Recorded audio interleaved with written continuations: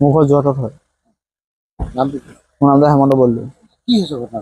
ঘটনাটো মানে আমাক ক'লে তোমাৰ বাইকখন আমি পৰহিলৈ ল'ম বুলি ক'লে। বাইকখন বোলে চলাই চাম বুলি ক'লে, আমি চলাই চাব দিলোঁ। তেওঁ তাৰপিছত এইটো দুৰ্ঘটনা কৰিবলৈ আমি গম নাপাওঁ নহয় আকৌ দাদা। আমি ইয়াত কাৰেং ধাবাত ভাত খাই আছিলোঁ। মোৰ আৰু লগৰ এটা আছিলোঁ। কাৰেং ধাবাত ভাতটো খাই আছোঁ। আমাক ক'লে বোলে বাইকখন চলাই চাওঁ।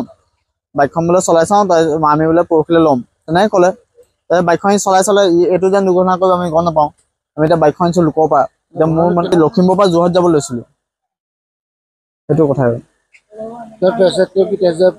অঁ, টেষ্ট ড্ৰাইভ কৰিব লৈছিলোঁ। তেওঁ যে এইটো দুৰ্ঘটনা কৰিব আমি গম নাপাওঁ নহয় আকৌ।